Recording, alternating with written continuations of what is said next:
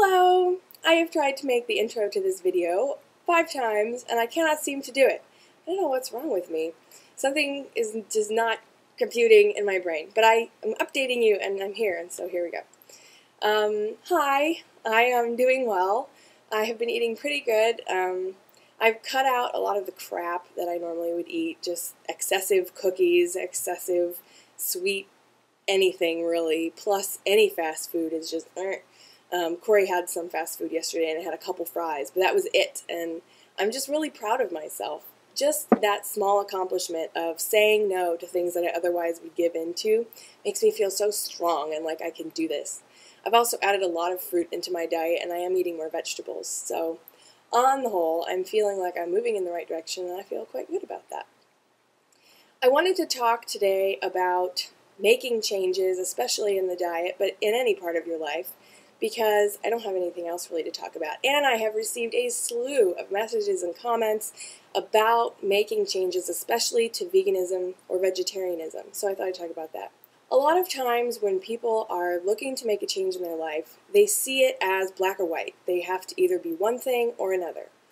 And in reality, all of life is the gray area between black and white. So let's say right now you eat anything and everything under the sun and you want to be vegetarian. A lot of people will approach this by saying, I've got to flip over and just become vegetarian. One side of the spectrum to the other.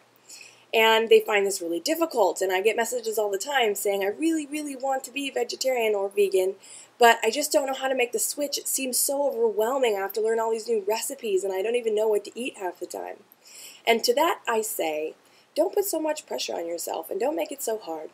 Life is not black and white. It's the whole spectrum of grays in between. So a good example of this would be, if you want to be vegetarian, don't make the whole switch overnight. If you're finding it extremely hard to figure out, say, what to have for dinner, especially if you're cooking for a whole family who doesn't necessarily want to be vegetarian, just make it small.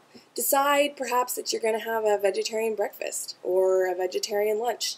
And don't commit to for life. Don't say, okay, now I'm vegetarian for breakfast for life. Just maybe do it for a week. Put some small goal in front of you that you think you might be able to accomplish. The way that I'm starting to do vegan is I'm vegan for breakfast, period. And I'm trying to be vegan for lunch too. And I'm not forcing it on myself. I'm not forcing myself to every meal be perfect, because in truth, nobody is perfect. Don't forget that. What's really important is making a small step. So this is my answer to all the questions about how do I switch into eating vegan or vegetarian. Just do it one meal at a time. Or perhaps, if the meal isn't the answer, pick one ingredient. If you want to move in the direction of veganism, perhaps try living a week without cheese. Or try doing all your breakfasts without milk or without butter.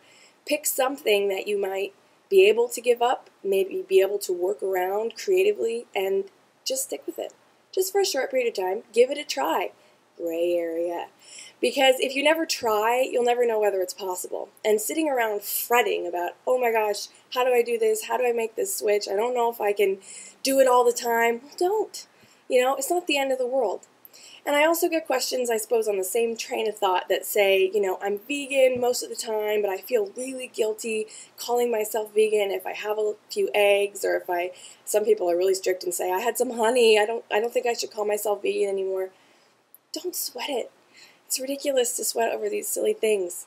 There was a really great line in the book, The Raw Food Detox Diet by Natalia Rose, where she said, she doesn't like to call herself a raw foodist, even though she eats raw foodist almost every day of the year. But there's a couple days of the year where she might have some cake or she might have some pasta. And so she says she doesn't label herself. She just tells people, I'm an aspiring raw foodist. And I think that's the most perfect way to approach it. I am an aspiring vegan. It doesn't mean that I actually eat vegan, but I'm aspiring to it. I'm doing it in little chunks and pieces here and there, trying to make it work. And the brilliant thing about this approach is that, first of all, it's far more gentle on yourself. And second of all, it's flexible. I mean, life has to be flexible. Sometimes you're going to find yourself in a situation where you just absolutely can't follow your guidelines. And if that's the case, just take a breath and know, okay, this one time I'm going to do it. Now, a lot of people say that this is a slippery slope, and it is. I mean, if you say, I'm not eating chocolate, and then you say, okay, just this one time I'm having it, you can start into a spiral of not keeping your goal at all. But that's one of the reasons I say set small goals. Instead of saying, I'm never eating carbs again, or I'm never going to have dessert ever again.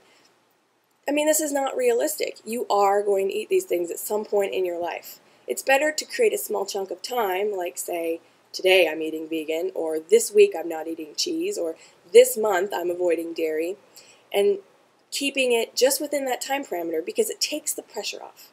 If you say, I'm not eating any meat this week, but then you say, I'm going to not eat meat for the rest of my life after that week, it puts the pressure on that this week matters because, if you don't get it, you're never going to get in the habit and you're never going to be vegetarian in your life.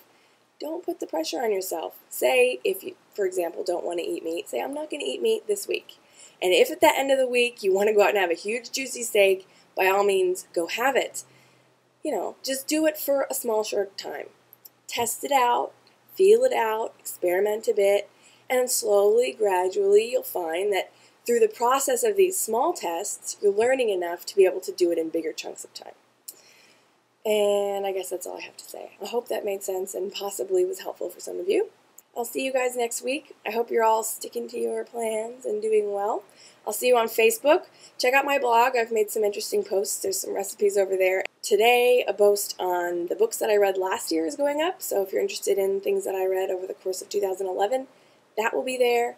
Addresses will be at the end of this video. And I'll see you next week.